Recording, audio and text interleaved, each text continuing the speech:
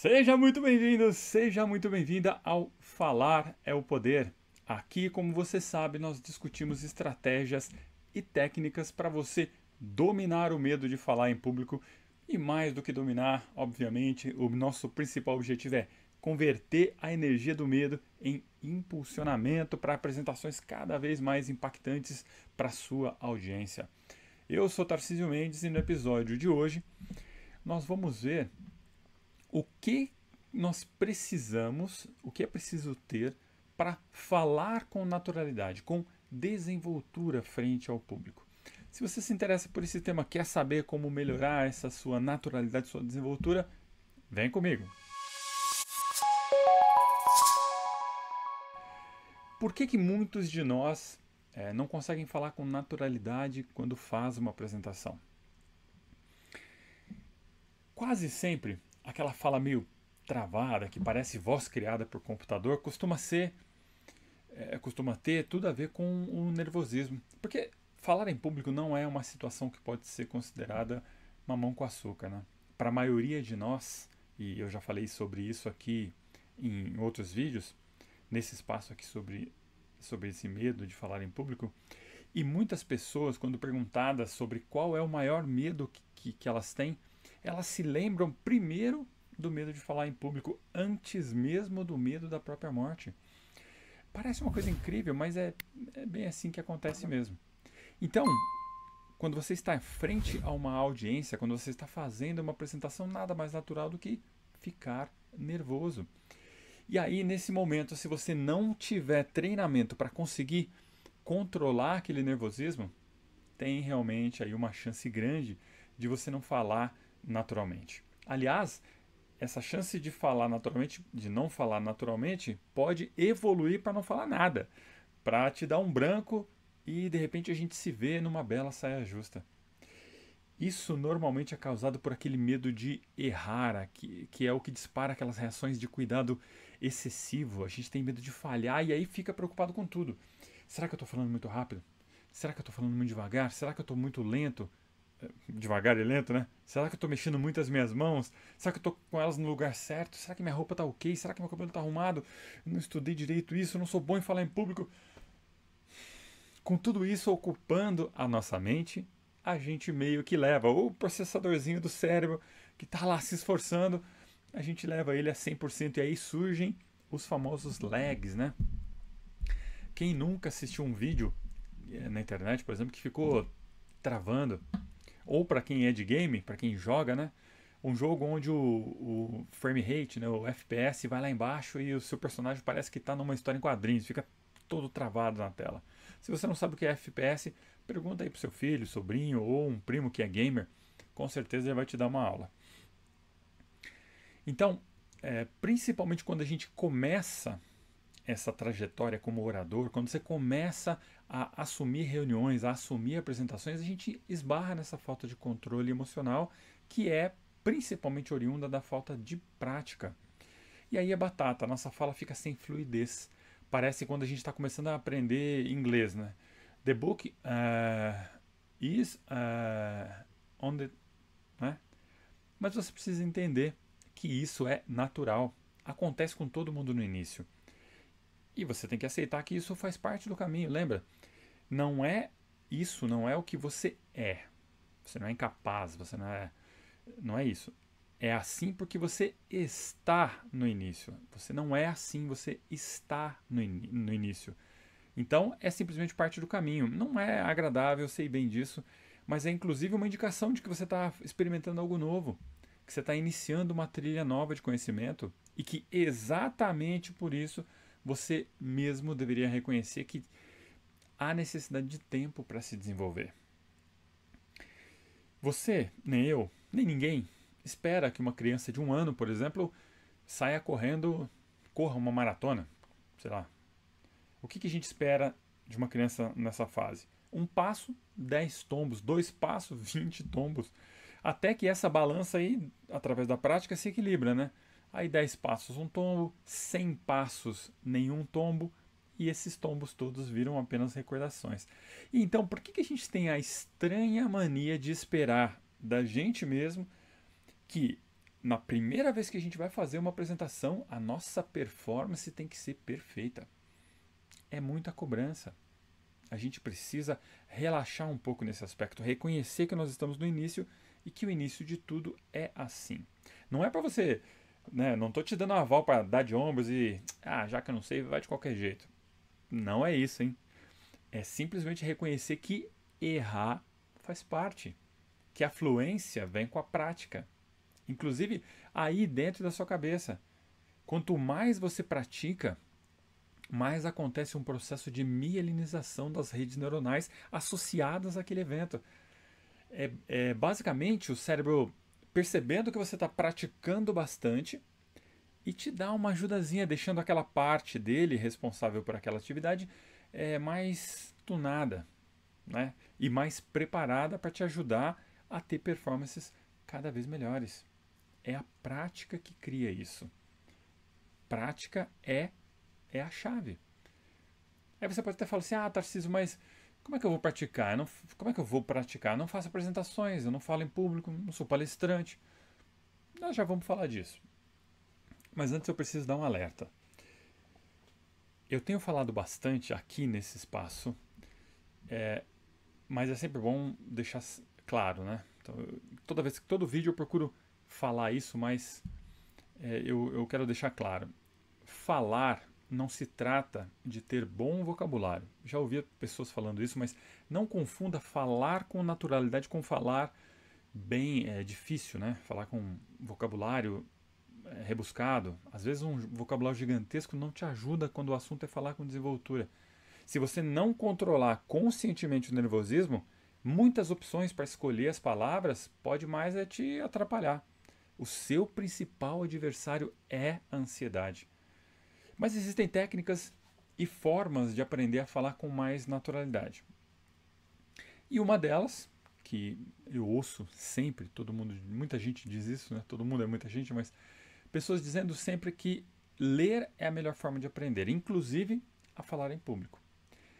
E muito cá entre nós, eu concordo, em parte.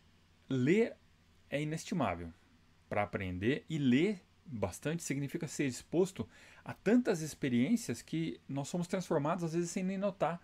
Sabe quando você começa a olhar para um assunto de uma forma diferente depois que você leu um livro sobre o tema? Você foi transformado em relação àquele tema. Quando o autor consegue colocar a gente frente a frente com uma abordagem completamente nova, e aí a gente pensa assim, caramba, nunca tinha pensado nisso sob esse aspecto. É uma coisa completamente nova. Então, leitura é tudo de bom. Mas, sempre tem um mas, né? Mas você precisa ficar alerta para uma coisa. Conhecimento apenas dentro da sua cabeça, ele não produz resultado.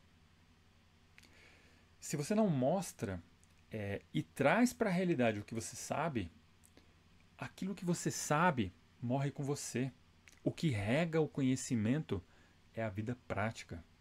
Imagina o que seria da humanidade se toda a descoberta ficasse na cabeça dos cientistas, dos inventores, se ninguém colocasse esse conhecimento a favor do progresso e do bem-estar geral. Eu acredito que nós ainda estaríamos nas cavernas. Tem uma frase interessante do Paulo Freire, que ele ilustra bem isso, né? Ele diz assim, dizia, né? A teoria sem prática é verbalismo, assim como prática sem teoria é ativismo. Quando se une a prática e a teoria, obtém-se a praxis, que é a ação criadora e modificadora da realidade.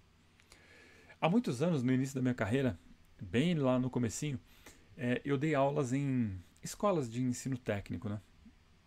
Eu conhecia bem o assunto, eu era técnico, então eu sabia muito sobre aquilo que eu estava ensinando. Ou pelo menos achava que sabia, né? Pensava que sabia. Só que cada pessoa entendia aquilo que eu ensinava de maneiras diferentes, e eles faziam as perguntas mais malucas, de pontos de vista que eu nunca tinha pensado, e coisas que eu nunca tinha nem ouvido falar. E na época, sendo bem honesto, na época isso era o meu terror. Era o que eu mais temia sobre falar em público, não saber como responder uma pergunta na frente das pessoas, na frente dos meus alunos. E de repente ser taxado como incompetente, né, como incapaz. E aí, assim, com o tempo, né, e muito chá de camomila, eu finalmente me dei conta de que eu não precisava saber todas as respostas. E nem tinha como. Eu precisava sim, era me esforçar honestamente para responder e aí reconhecer o que eu não soubesse. E quando eu não sabia, e isso acontecia com bastante frequência, eu ia correndo depois da aula aprender sobre aquilo. E como aprendia, hein? Como aprendia. Me esforçava e realmente voltava para a aula com uma resposta sensacional. Montava lá uma conclusão que ia deixar os alunos de queixo caído. Só para sair da próxima aula com mais uma pergunta que eu não tinha conseguido responder a contento. Percebe? Ou seja, eu estava sempre melhorando, sempre aprendendo. Para mim isso era terrível, era muito difícil. Ah, Tarcísio, mas e isso? Ah, vou ver e te falo. Era complicado, mas colocar o conhecimento em prática, no meu caso, ensinando, foi o que fez esse mesmo conhecimento florescer e dar inúmeros frutos. Eu aprendia muito mais do que eu ensinava. Então, você precisa praticar. Sim, é isso mesmo. Você precisa usar o conhecimento que você tem, que você obtém, para gerar transformação, principalmente para você, mas também transformação das pessoas que convivem com você. Tem um ditado, você deve conhecer ele. Ele diz assim: você é a média das 5 pessoas com quem mais convive. Então, você também faz parte da métrica que molda as pessoas que estão à sua volta, ok? Né? Elas te influenciam, você as influencia também. E aí? A sua influência está ajudando essas pessoas ou está atrapalhando? Por que falar com naturalidade? Você poderia decorar e sair falando, mas por que falar com naturalidade ajuda? Porque falar e agir com naturalidade, com calma e precisão, eles destacam a sua autoridade. Não apenas no tema, mas na situação onde você está de forma geral. É como se você estivesse tão seguro e tranquilo sobre o assunto e sobre aquela situação que nem mesmo o terrível medo de falar em público é capaz de te abalar. Uma apresentação conduzida dessa forma é uma beleza de se ver. As pessoas se envolvem, se conectam, elas aproveitam o conteúdo e as chances do apresentador de atingir o objetivo daquela apresentação por completo são muito maiores. Então a gente precisa desenvolver essa habilidade, falar com desenvoltura, com naturalidade. E a forma mais simples qualquer? A prática. Ah, Tarcísio, mas minha voz é igual, eu falo que nem voz de GPS. E você quer que eu saia falando por aí? Que mico. É, pois é. Mas é isso mesmo. E sabe por quê? Por um motivo simples. É, sem prática, não há fluência. Certo? Você quer melhorar o seu jeito de caminhar? Vai caminhar mais. Você quer melhorar a sua pontaria no arco e flecha? Vai disparar mais flechas. Você quer melhorar a sua voz de GPS? Vai falar. Você já ouviu falar de uma pessoa chamada Michael Phelps? Já deve ter ouvido falar nele, né? Nadador americano e tal. Então, ele é um exemplo de persistência e prática. Antes de participar em 2004, que foi em Atenas, Olimpíada, né, de Atenas, o treinador dele disse que ele treinou todos os dias do ano, durante 6 anos. Por 12 anos ele ficou sem treinar aproximadamente 10 dias, contando quando ele teve um incidente qualquer lá, quebrou o braço e quando ele fez uma cirurgia na boca, acho que para tirar os dentes do siso, enfim. Qual que é o resultado? É simplesmente o maior medalhista de todos os tempos. Além de possuir 37 recordes mundiais, acho que é isso. Ah, Tarcísio, você poderia até dizer, né? Mas ele tem genética própria para nadar. Ele tem um corpo propício. E você tem razão, ele tem tudo isso mesmo. Ele tem braços muito longos, né? Que são desproporcionais ao tamanho do corpo. E o cara tem pé enorme, ele calça 48. Além disso tudo, ele tem um negócio chamado hipermobilidade articular, que é quando você consegue mover suas articulações mais do que as outras pessoas. Então, é fato. Ele tem todas essas características físicas que são propícias para a natação. Mas foi isso que tornou ele o super campeão que ele é? Claro que não. Ele transformou esses dons físicos naturais em talento. Talento excepcional, com treino duro e disciplina. Se ele não tivesse treinado tanto, se lapidado desse jeito, ele poderia ainda ser um excelente nadador, tem todos os dons para aquilo, como muitos medalhistas e recordistas que a gente vê por aí. Mas ele foi muito além, através da prática diária, do treino constante. E no nosso caso, que é sobre desenvolver a habilidade de falar com naturalidade, com desenvoltura, eu posso te mostrar do ponto de vista do nosso cérebro o que acontece quando você fala. Eu vou mostrar aqui algumas imagens. Deixa eu ver se eu consigo mostrar para vocês aí na tela. Ó, dá só uma olhada nisso aqui. Deixa eu ver se eu consigo. Espera aí. Acho que foi. Tá todo mundo vendo? Ótimo. Muito bem. Então, olha só. O que nós temos aí? Esta primeira imagem é uma... Primeiro, o que é isso, né? Aí é a representação de um cérebro, né? Aqui é o desenho de um cérebro. E esse cérebro ele foi escaneado através de ressonância magnética. Então, tinha uma pessoa sentada lá, fizeram uma ressonância magnética nela e fizeram com que ela passasse por algumas experiências e aí foram medindo, através da ressonância, as áreas do cérebro que tinham atividade no momento que estava acontecendo aquela experiência. Então, quando a gente ouve palavras, são essas áreas aqui do cérebro que se iluminam. Tá vendo? Aí o próximo slide... Ó, isso aqui é quando a gente está vendo palavras, quando nós estamos assistindo e vendo as coisas, né? Vendo palavras. É esta região aqui do cérebro. E no próximo, olha que interessante, quando você está falando. Aqui está escrito falando palavras e... falando palavras. É uma outra área do cérebro que se ilumina. Deixa eu ver se consigo voltar aqui. Ah, isso mesmo. Então você percebe, são áreas distintas do cérebro que são ativadas para tarefas distintas também. Quando você está ouvindo, é uma coisa, quando você está vendo, é outra, quando você está falando, é outra. Deixa eu voltar a tela aqui para mim, para a gente poder continuar.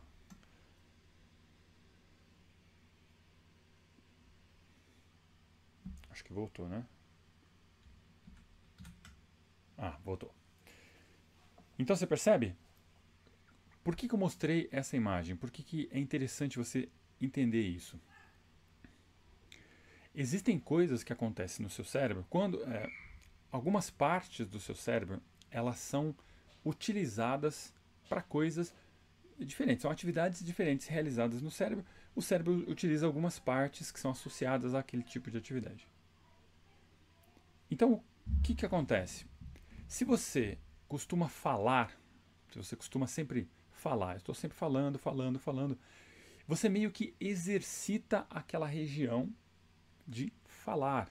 Então aquela região ela fica mais, se fosse um músculo, ela fica mais musculosa, ela fica mais forte, mais pronta para reagir quando essa necessidade aparece. Se você nunca fala, você vai chegar um determinado momento que, quando for necessário falar, você vai ter dificuldade. Se você nunca corre e num determinado momento você precisa correr, você não vai ter a mesma performance de quem está acostumado a correr. Entende?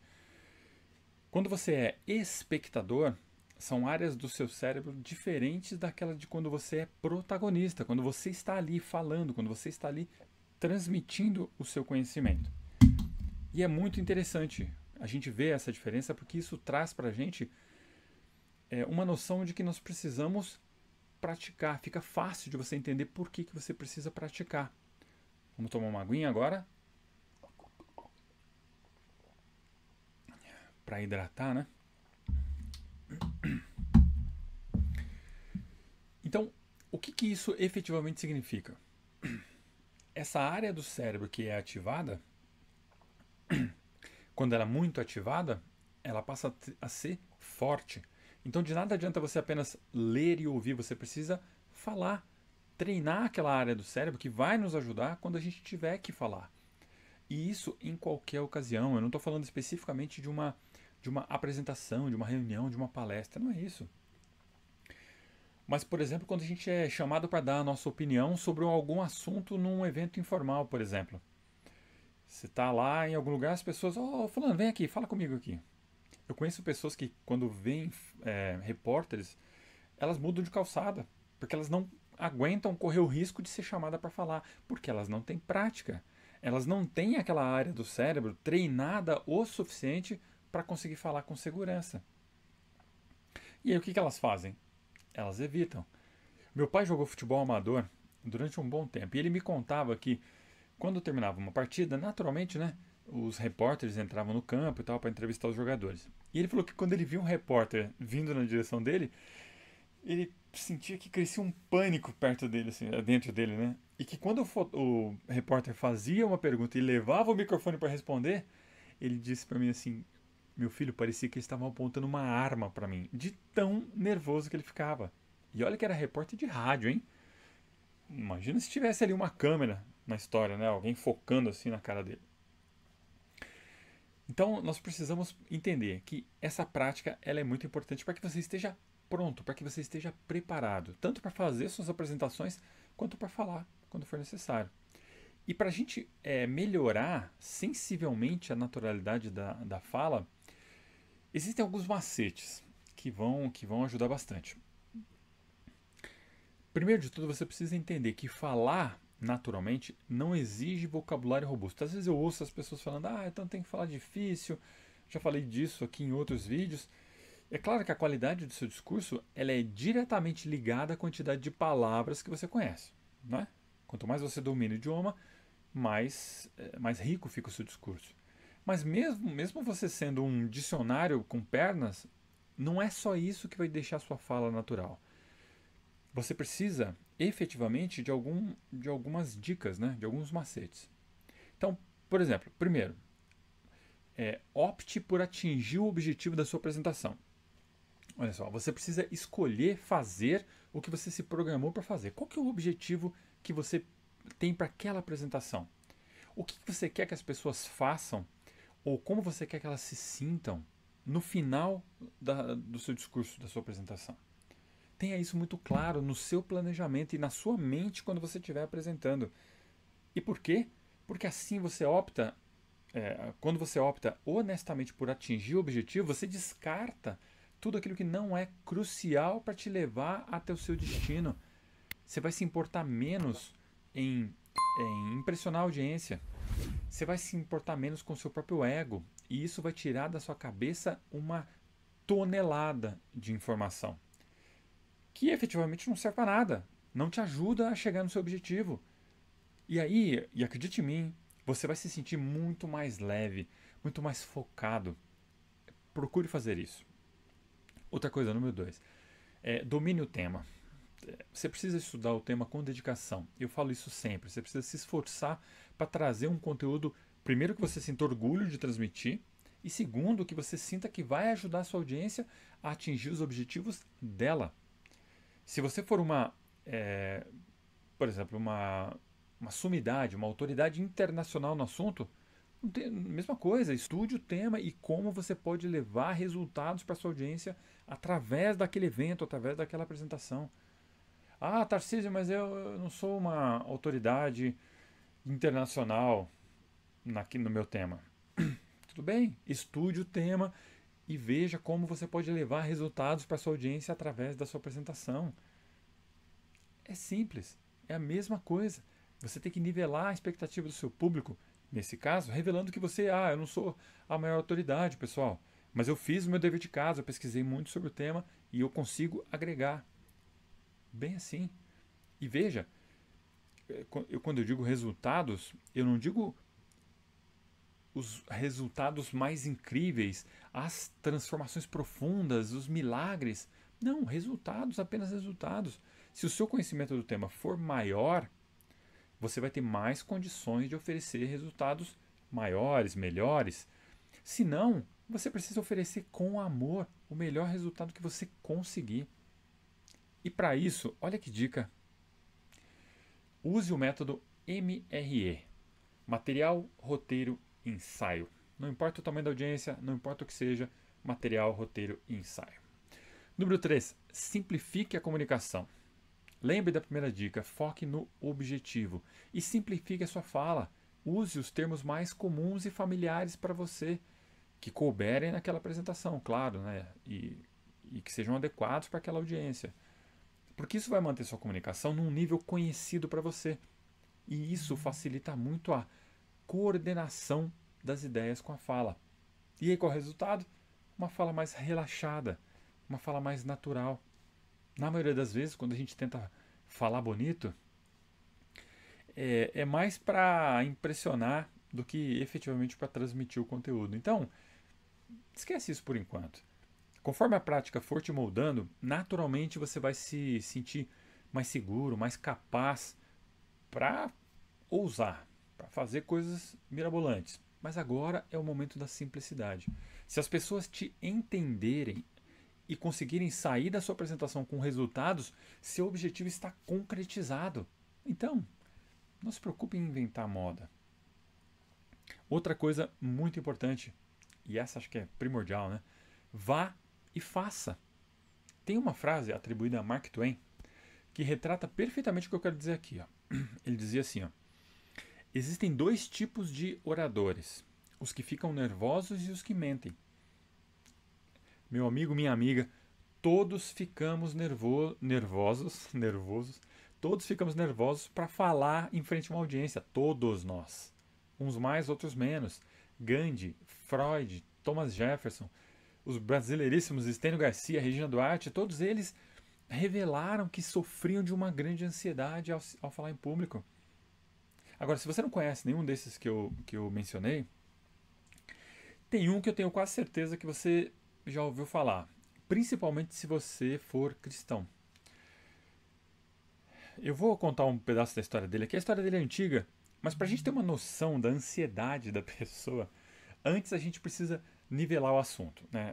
Alinhar as expectativas. Vamos imaginar que o seu chefe te chame. Por favor, vem aqui na minha sala. Aí você senta lá e ele fala assim, posso contar com a sua ajuda para um assunto importante? E você, muito solícito, ô chefe, solícito, né? Ô chefe, claro, só falar. Preciso que você faça a apresentação no projeto XYZ para a diretoria na semana que vem. Aí, se você tiver aquela ansiedade que todos temos, vai bater o pânico. Caramba, e agora? Eu não sou bom de fazer apresentação, esse negócio de falar em público aí não é comigo. E agora o que eu vou fazer? Eu digo não. Só que aí você pensa, né? Pô, o chefe me chamou aqui, vou falar não pra ele. Cara, que situação, ele tá me pedindo ajuda, né? E a gente sabe, dizer não pra uma tarefa que seu chefe te pede, pega mal, né? Essa pessoa que eu quero falar pra você, de quem nós estamos falando agora, é o que tem aquela história antiga, ela estava com tanto medo, mas com tanto medo de falar em público, tanto pânico, que ela disse assim, bem assim, olha, eu não sou muito bom aí com essas paradas de falar, não. Será que não dá para aliviar meu lado? E ele disse isso, sabe para quem? Para ninguém menos que Deus Todo-Poderoso. É, isso mesmo. O eu sou, a força absoluta criadora dos universos visíveis e invisíveis, o alfa e o ômega, o senhor de toda a existência. Ele disse não para esse cara. A missão de falar foi dada por Deus em primeira pessoa, ali no tete a tete. E ele tinha tanto pavor de falar em público que disse: melhor não, hein? Eu não sou bom com essas coisas.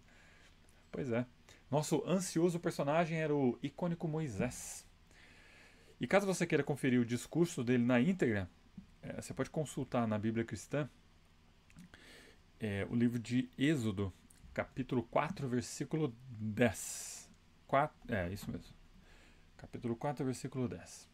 Então, meu caro e minha cara, sentir desconforto na hora de falar não é exclusividade nossa. Até mesmo quando Deus pediu, de tanto desconforto que ele sentiu, você precisa entender que o medo em si não é o problema. O problema é o que a gente faz para lidar com esse medo. Porque o medo é uma resposta do organismo. Há eventos que podem ser prejudiciais, só isso. Então ele te protege, ele te ajuda. Quanto mais a gente toma, mas aí assim, né? Quanto mais a gente toma atitudes evasivas, que você não enfrenta o medo, não entende o medo, você fica menos propenso a resolver o problema de uma vez. E aqui mora um perigo muito grande.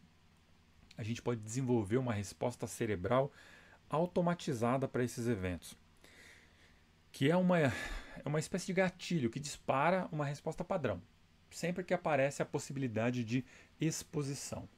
Qualquer solicitação desse tipo, aí a resposta é sempre não. Ah, não dá, não posso, não sei, não vou, não, não, não, não, não. E aí com o tempo, isso fica automatizado, você não vê mais o que você está fazendo. E obviamente essas oportunidades param de aparecer, porque a resposta é sempre não. Seu chefe não vai mais te pedir isso. Seus amigos não vão mais pedir esse tipo de coisa. A sua vida, de modo geral, não vai mais te pedir isso, porque a resposta é sempre não. E como você está rodando no piloto automático, talvez você nem perceba que fala tanto não. E de repente, pode ter passado já muito tempo e você deixou inúmeras oportunidades de lado. Se você não se dispuser a atravessar essas fases iniciais mais desafiadoras, e não estou falando para você entrar de cabeça aceitando uma palestra para 1.500 pessoas para falar sobre quase partículas híbridas. Não é isso. É você ir aos poucos aproveitando as pequenas oportunidades de falar em público. Com seus amigos, na sua vida pessoal realmente, na sua faculdade, se você faz faculdade, pequenas reuniões no trabalho e coisas desse tipo. Porque se você nunca fizer isso, você nunca vai obter progresso. Nosso objetivo aqui é obter progresso. Vai ter desconforto, vai ter desafio, vai ter mal-estar, mas é do jogo. As crianças aprendem a andar e ralam os joelhos. São os tombos que ensinam. Mas acredite, os desafios, acredite em mim, ouça muito isso. Os desafios vão todos ceder à sua prática e perseverança. Todos. É fato. Simplesmente não tem como ser diferente. Aceite os desafios.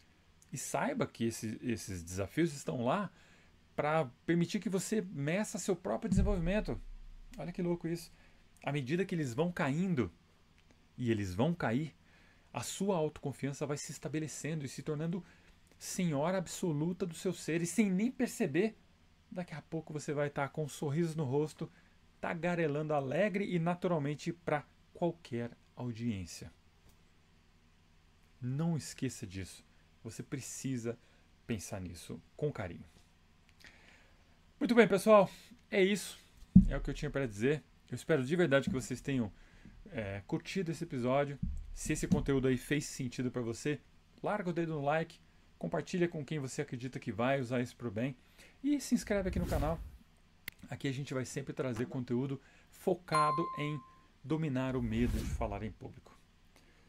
Eu fico por aqui. Obrigado de verdade pela sua companhia, pelo seu tempo. Um grande abraço e tchau!